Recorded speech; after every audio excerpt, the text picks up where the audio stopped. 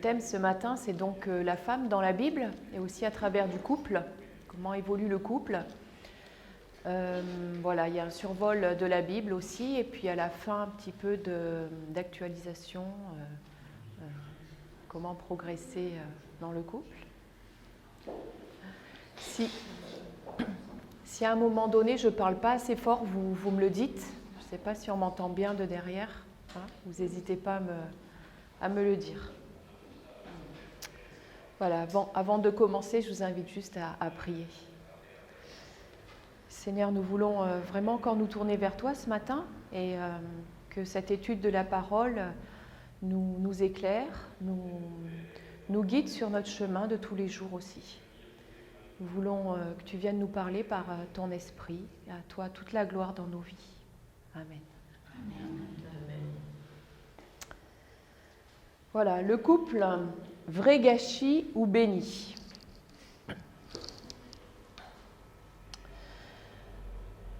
Le plan de Dieu était parfait. Au commencement, tout commence bien. Dieu crée une terre verdoyante, florissante, un ordre écologique parfait, des arbres, des animaux, un système solaire parfait. Et au milieu de tout cela, il crée l'homme et la femme. Aujourd'hui, il existe un 7e continent qui a été découvert en 1997 par le capitaine Charles Mort, qu'il a découvert dans l'océan Pacifique, un continent de déchets qui fait 6 fois la superficie de la France et qui pèse 3,5 millions de tonnes. Donc Dieu crée l'homme, il le tire de la terre, et la femme, il la tire de la côte de l'homme. La femme est créée d'une côte de l'homme, pas avec la tête pour être au-dessus de lui, ni avec ses pieds pour être piétinée, mais à ses côtés pour être son égale, sous son bras pour être protégée et près de son cœur pour être aimée. Aujourd'hui, une femme meurt tous les 3 jours de violence conjugale et un homme meurt tous les 10 jours de violence conjugale, mais souvent tué par sa femme qu'il battait. Donc, disputes, alcool, séparation, jalousie aujourd'hui, qui engendrent ces difficultés. La femme est créée pour être un vis-à-vis de l'homme, chair de sa chair, complémentaire, soutien, aide, semblable, image de Dieu comme l'homme. Et ensemble, ils ont le mandat de dominer la terre et les animaux, se multiplier, remplir la terre. Et ils pouvaient chacun accomplir ce mandat selon leurs dons, selon leurs envies, leur temps. Ils pouvaient se donner des idées, s'entraider, se compléter, et tout cela en toute égalité. Aujourd'hui, l'Observatoire des inégalités constate donc des inégalités de salaire hommes-femmes. Donc comment appelle-t-on un salarié payé 25% de moins pour le même boulot, une salariée. Donc des études ont été faites pour essayer d'expliquer ces inégalités de salaire. Bien sûr, il y a parfois, c'est le temps de travail de la femme qui est inférieur. Parfois, il y a... voilà. Et la conclusion, c'est que dans 19,7% des cas, c'est simplement du sexisme. Donc l'homme et la femme au Jardin d'Éden étaient heureux, comblés, épanouis, aussi bien par la nature que par leurs relations, par leur activité, par la présence de Dieu aussi, qui venait les voir tous les jours dans ce paradis merveilleux. Et ils ne mangeaient pas d'animaux. Et les animaux eux-mêmes ne se mangeaient pas entre eux. Aujourd'hui, les animaux sont malmenés pour leur fourrure, leur crème de beauté. Les animaux sont élevés pour être tués, mangés. Les animaux s'entretuent.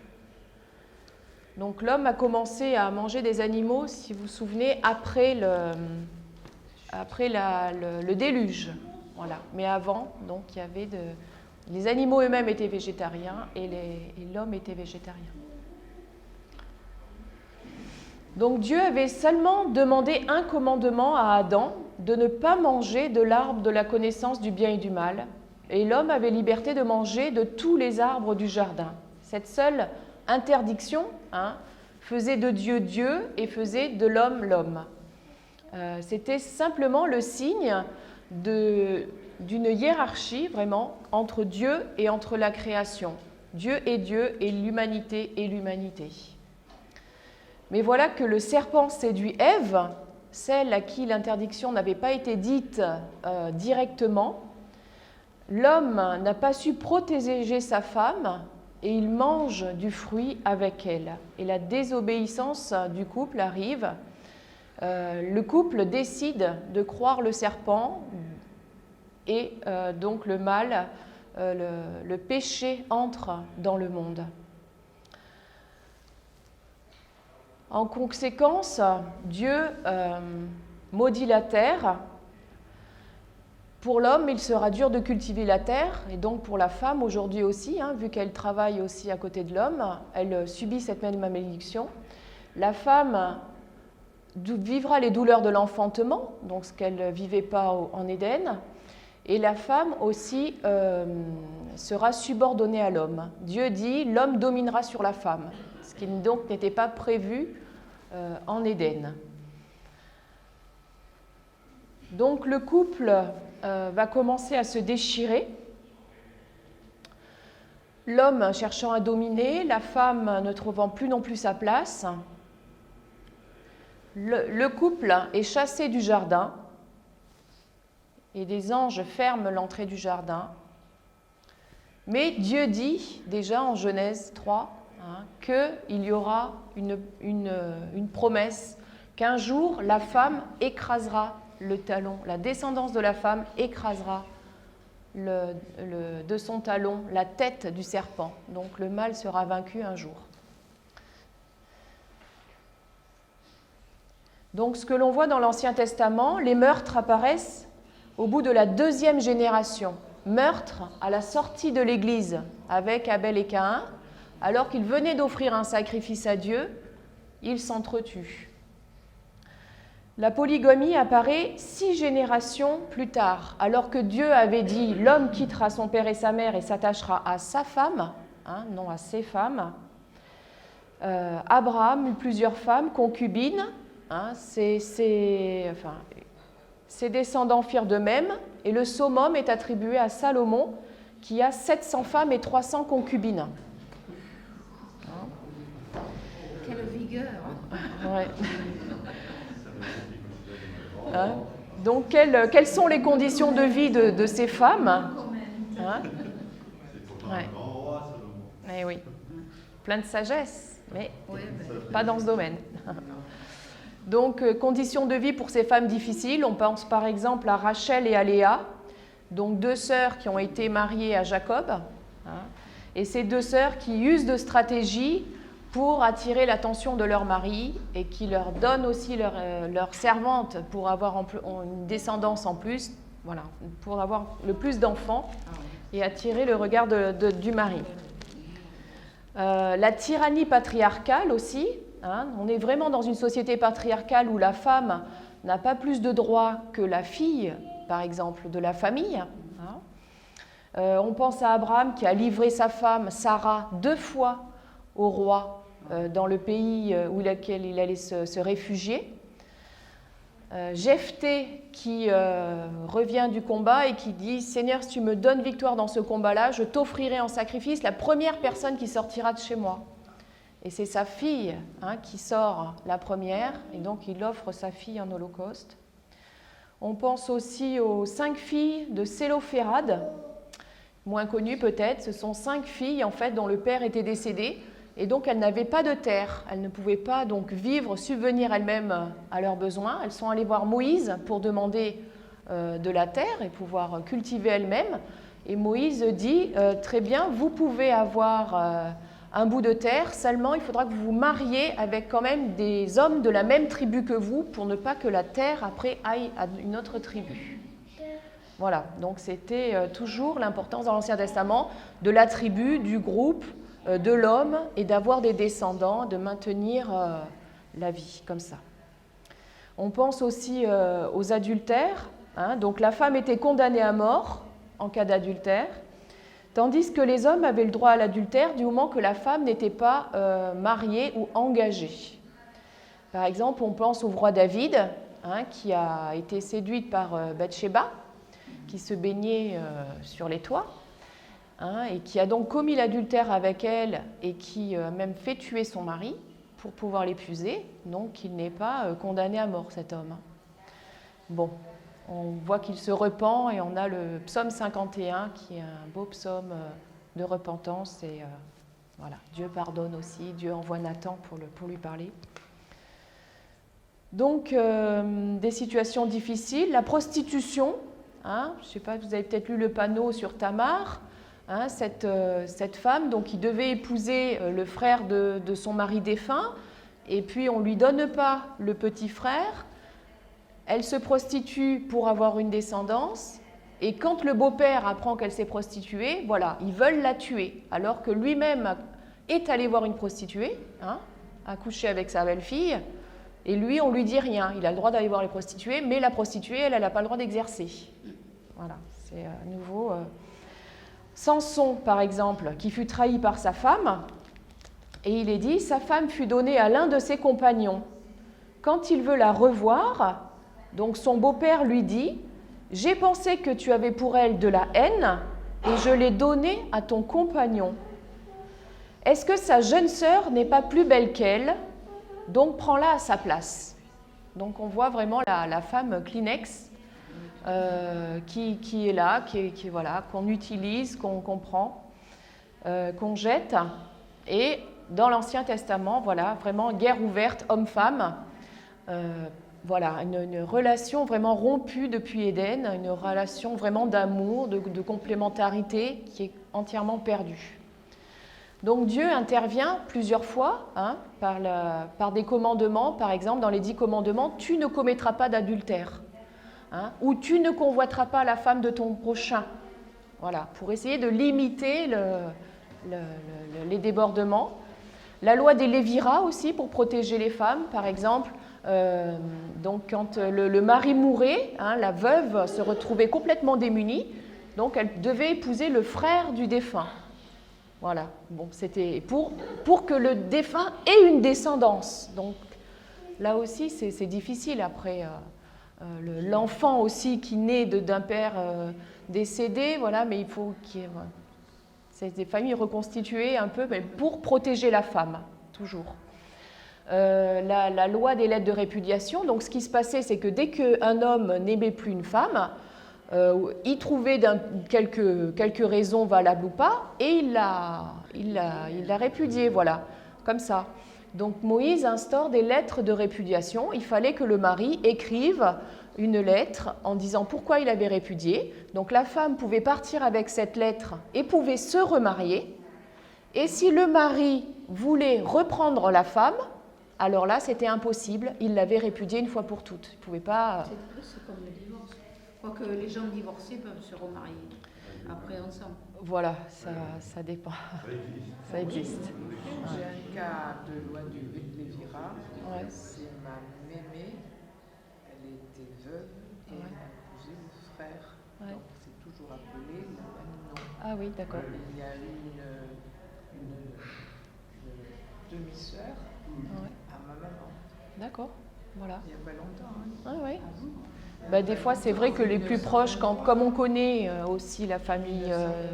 D'accord.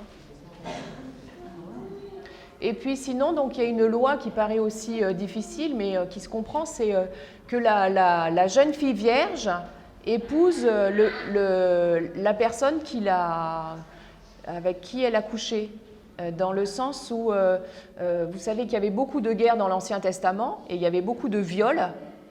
Et du coup, donc, il y avait cette loi du peuple d'Israël, si vous abusez d'une jeune fille vierge, eh bien, vous vous mariez avec elle. Donc, du coup, ça limitait un petit peu. Mais bon, la jeune fille vierge qui avait été abusée, elle n'avait pas le choix de son conjoint. Voilà. Voilà. Donc, on voit vraiment que la femme n'a pas le droit elle-même de choisir sa vie, n'a pas le droit de répudier son mari si ça ne va pas. Voilà, elle est dans une société difficile. Et voilà, Dieu de toute cette société, hein, il en a ras-le-bol. Je voulais juste vous lire ce passage. Non, la main de l'Éternel n'est pas trop courte pour sauver, ni son oreille trop dure pour entendre, mais ce sont vos crimes qui mettent une séparation entre vous et votre Dieu. Ce sont vos péchés qui vous cachent sa face et l'empêchent de vous écouter.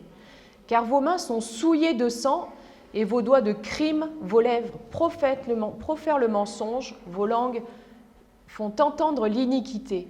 Nul ne se plaint avec justice, nul ne plaide avec droit, etc., etc. Voilà. Dieu, dans le livre d'Ésaïe et avant la déportation, voilà, vraiment, on a ras-le-bol de cette montée de violence et de son plan qui est bafoué. Hein.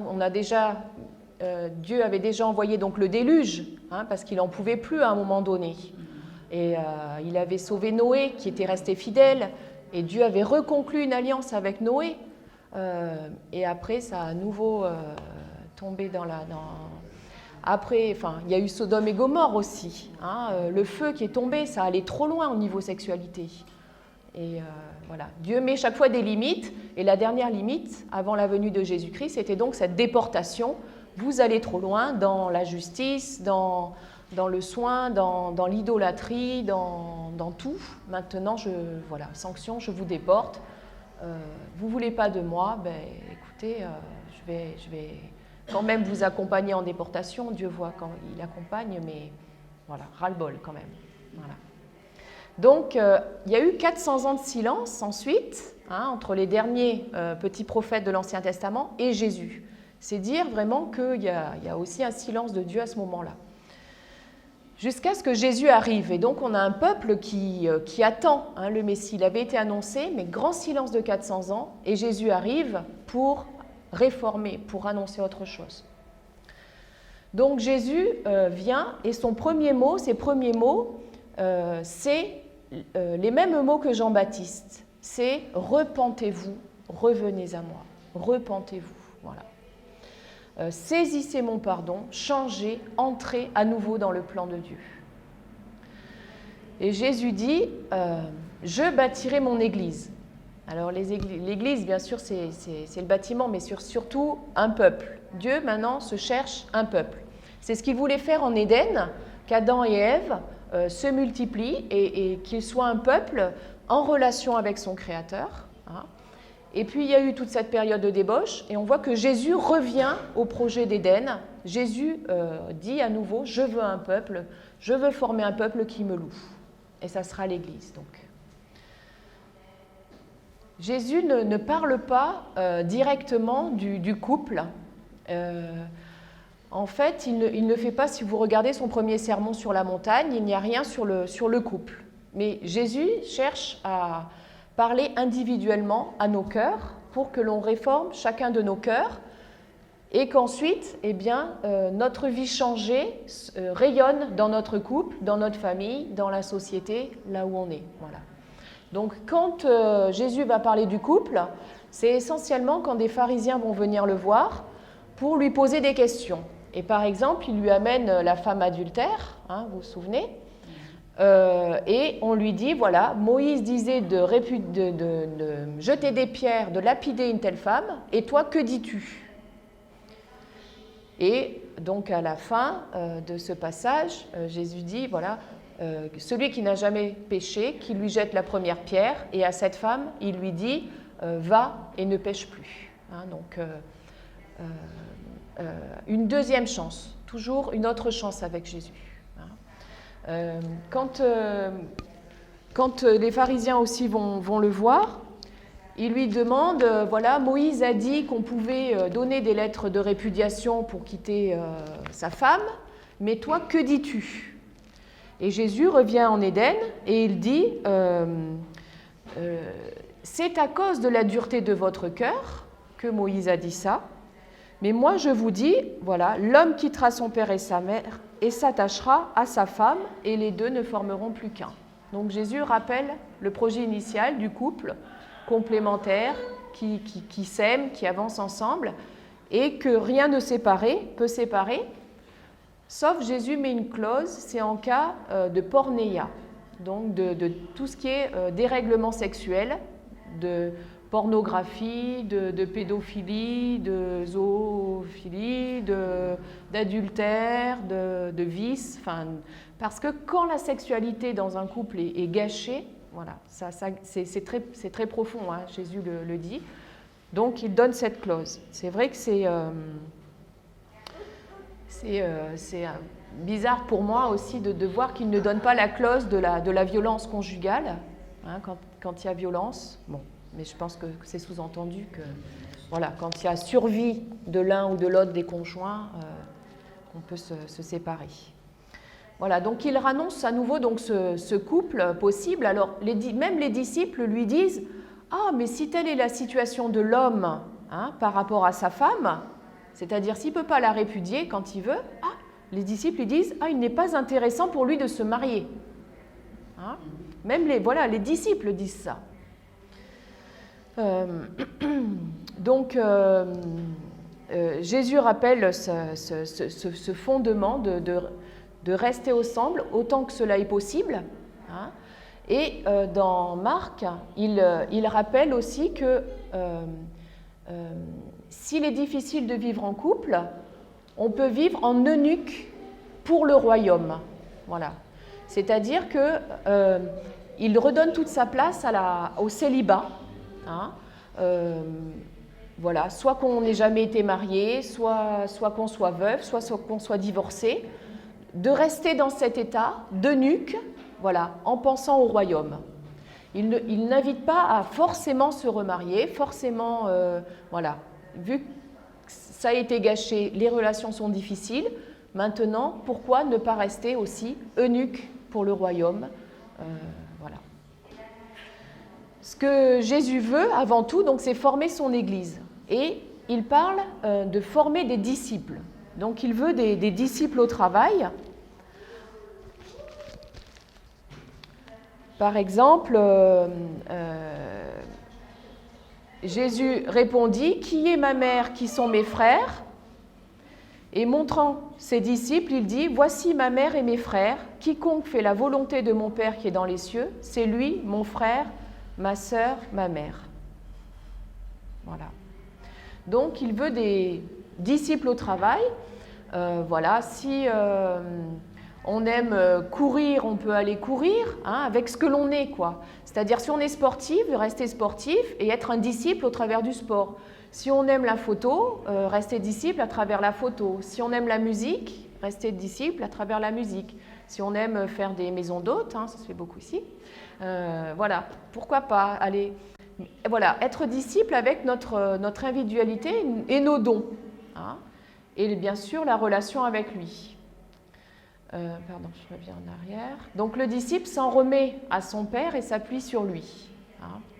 C'est un acte de foi d'être disciple. Hein. Et les fondements de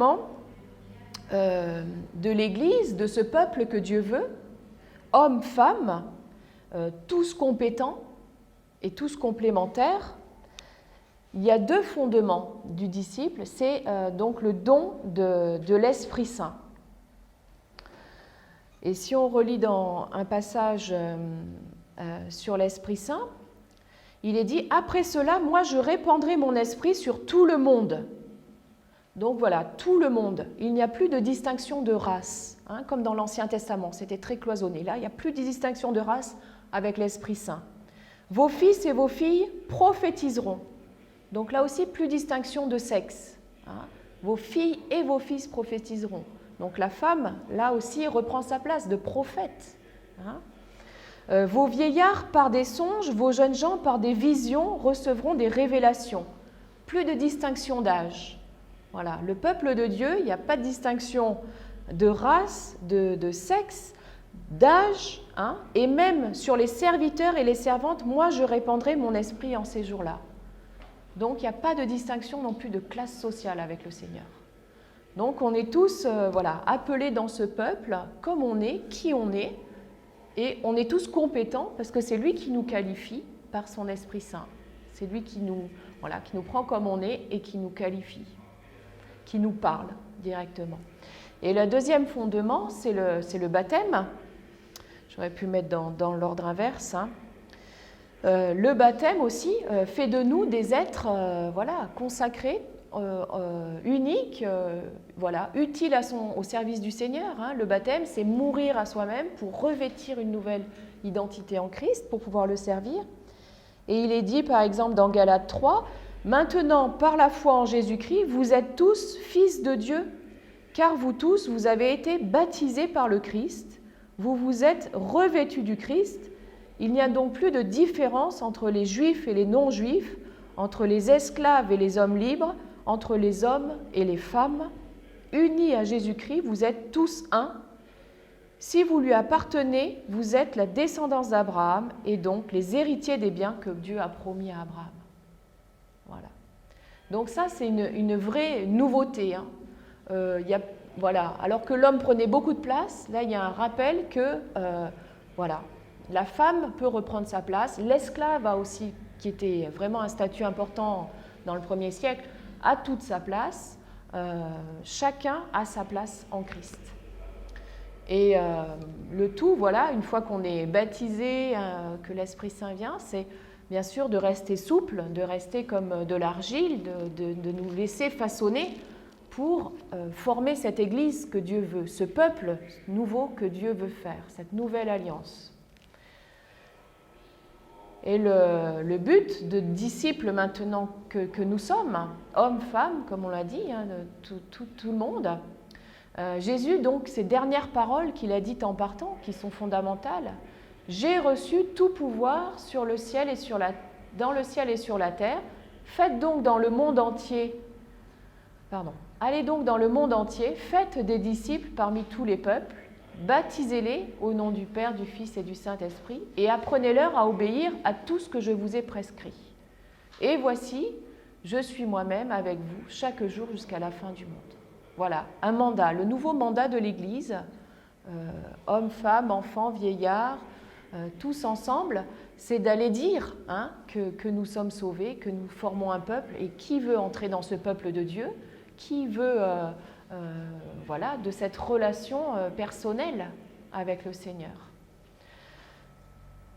Donc là, comme Jésus est parti, a accueilli, nous aussi, nous sommes invités à partir, à prêcher ou à soigner, à relever une femme, à relever un enfant, à laver les pieds, à la suite de Jésus.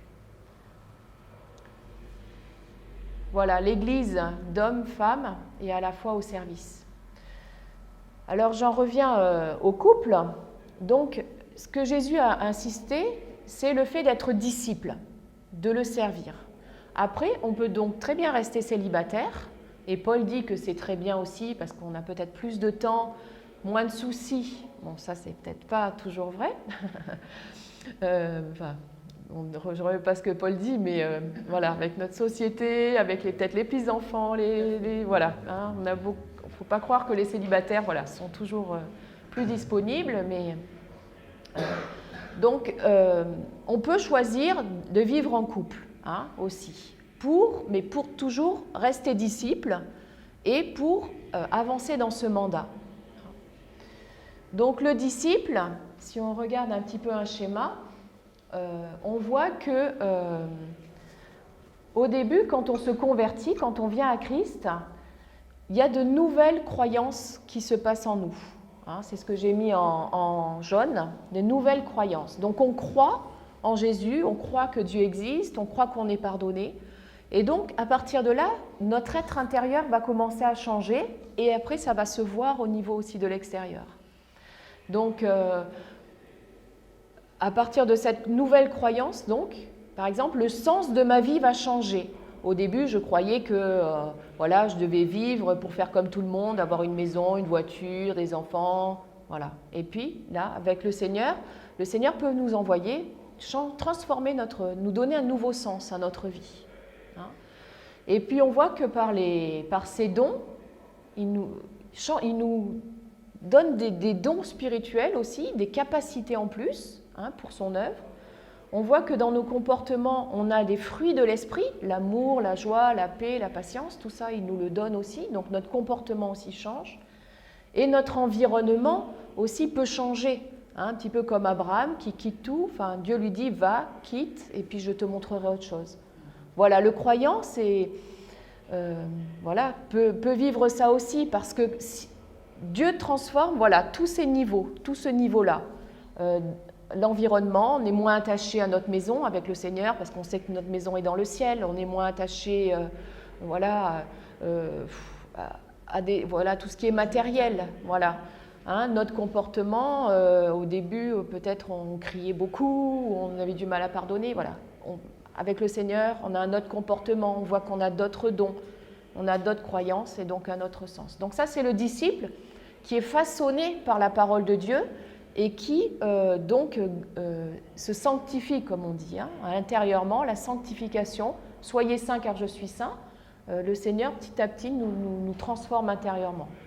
Donc quand on choisit de vivre en couple, voilà, on a deux individus aussi qui se rencontrent. L'un est croyant, l'autre, là, dans ce cas-là, est croyant aussi. On sait que Dieu modèle chacun dans le couple. Et ce que l'on voit souvent, c'est que Dieu n'a pas mis les gens ensemble au hasard, quoi. On voit qu'en fait, dans les couples, on a un projet commun, on a des valeurs communes qui nous emmènent à faire des choses communes. On voit qu'on est complémentaires dans le témoignage, on voit que, voilà.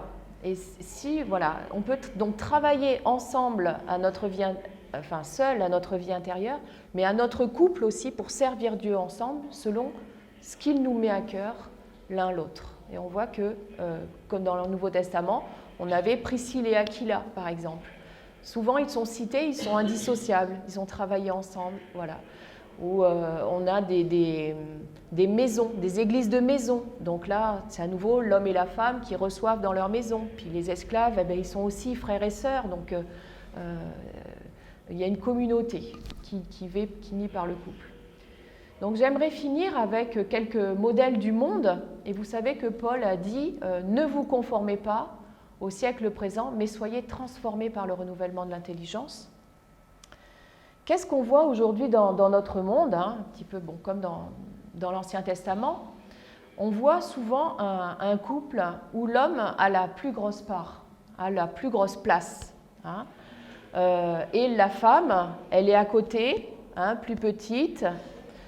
Donc c'est lui d'abord, sa carrière, ce qu'il pense, ce qu'il veut. Et la femme, elle suit. Donc ça, c'est toujours d'actualité. Hein. Et quand elle veut sa part, voilà. il y a Ça chauffe un peu, voilà. Alors il y a aussi sinon le couple fusionnel. Alors c'est souvent au début du mariage ou quand on rencontre quelqu'un, on fait tout ensemble, on pense ensemble.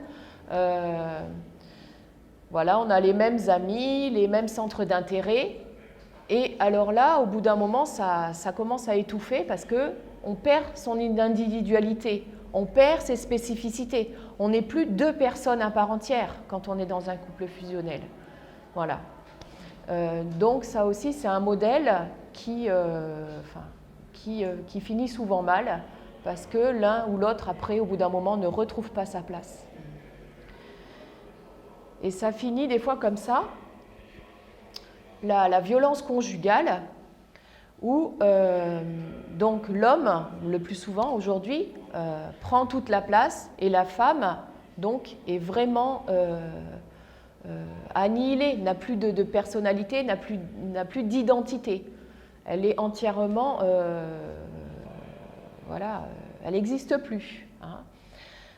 Parfois, bon, ça peut exister que ce soit dans le sens inverse, hein, que ce soit la femme qui soit violente et qui soit dominatrice, voilà, et que l'homme, là, n'ait pas sa part à dire. Mais parfois, donc, c'est que dans certains domaines de la vie. Hein, ça peut être dans le domaine des finances, par exemple. C'est le mari qui travaille. Ça se passe bien dans d'autres domaines, mais par exemple, les finances, c'est le mari qui travaille et c'est lui qui dit. Voilà. Donc là, on a quand même une violence conjugale parce qu'il y a un domaine où la femme n'a pas son mot à dire, par exemple. Ou l'éducation des enfants, alors là, c'est peut-être la femme qui prend toutes les décisions et le mari n'a plus rien à dire. Donc là aussi, c'est une violence conjugale. Dans la sexualité aussi, hein, soit l'homme, soit la femme ne peut pas dire non, parce que l'autre, on ne croit qu'il ne peut pas dire non, parce que l'autre a envie, donc il faut absolument subir. Donc ça aussi, c'est des violences conjugales. Au niveau croyant, au niveau des chrétiens, il y a aussi cette fausse croyance que l'homme peut être plus proche de Dieu que la femme. Hein, et que pour savoir ce que Dieu pense dans un couple, ben, c'est l'homme quand même qui va savoir mieux que la femme. Hein. Donc, on entend dire parfois voilà, que l'homme, c'est le chef de la famille, c'est lui qui doit prendre en fin de compte la dernière décision. Hein. Donc ça non plus, c'est faux. Hein. La femme reçoit pareil l'Esprit Saint, reçoit pareil la parole, a reçu une intelligence et elle est créée pour être en vis-à-vis avec l'homme. Voilà, pour être vraiment complémentaire. Elle reçoit autant de l'homme.